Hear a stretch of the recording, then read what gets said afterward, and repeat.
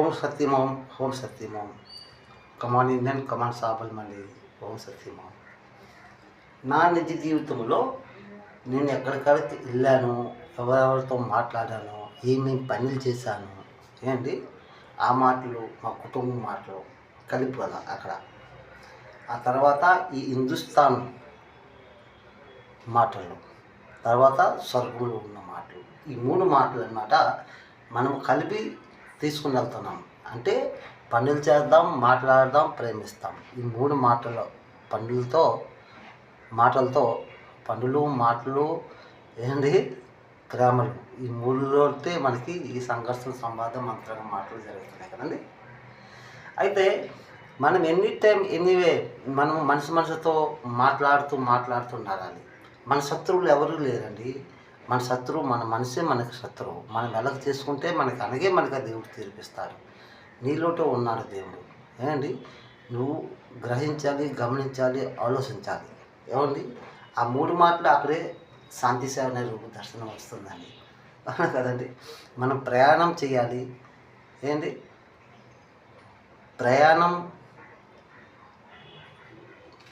అందులో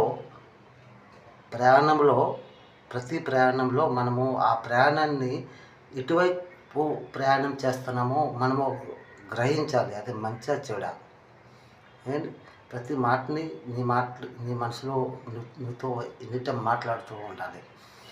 ప్రజల మధ్యకి వెళ్ళి నువ్వు ఏదేదో మాట్లాడేసావంటే అది నీకే మోసం. అది ఎక్కడ ఏం మాట్లాడాలో అక్కడే మాట్లాడాలి. అది ఆ మాట నీకు ఆడిపించిందంటే నువ్వు గుమరా అయిపోయినట్లండి. ఇది సత్యం సార్.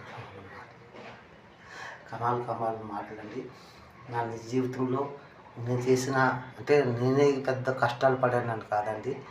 నా మీద చాలామంది రాజకీయాలు చేశారు, కానీ నాకు తెలుసు వాళ్ళు రాజకీయం చేస్తానని. నా మనసు నాతో మాట్లాడేది, అయినా నేను వాళ్ళతో వ్యతిరేకించడం కాదు. కానీ వాళ్ళు చేసిన రాజకీయమే నాకు ఈరోజు సంఘర్షం సంవాదం అంతరంగా రూపంగా దర్శనం చేశాయి. ఇందులో మా ఫ్రెండ్ సర్కిల్ ఉన్నారు, మా బంధువులు ఉన్నారు, మా మిత్రులు ఉన్నారు, అందరూ ఉన్నారు. వాళ్ళు ముఖాముఖిలో మాట్లాడామంటే వాళ్ళకి మళ్ళీ కళ్ళు తిరుగుతాయి. ఎందుకంటే నేను మాట్లాడను. ఎందుకంటే అందరము ఎప్పటికైనా మనము చనిపోతాము. శరీరము కాలిపోతుంది. మన ప్రేతాత్మలు అవతల ద్వారాకి వెళ్తాయి.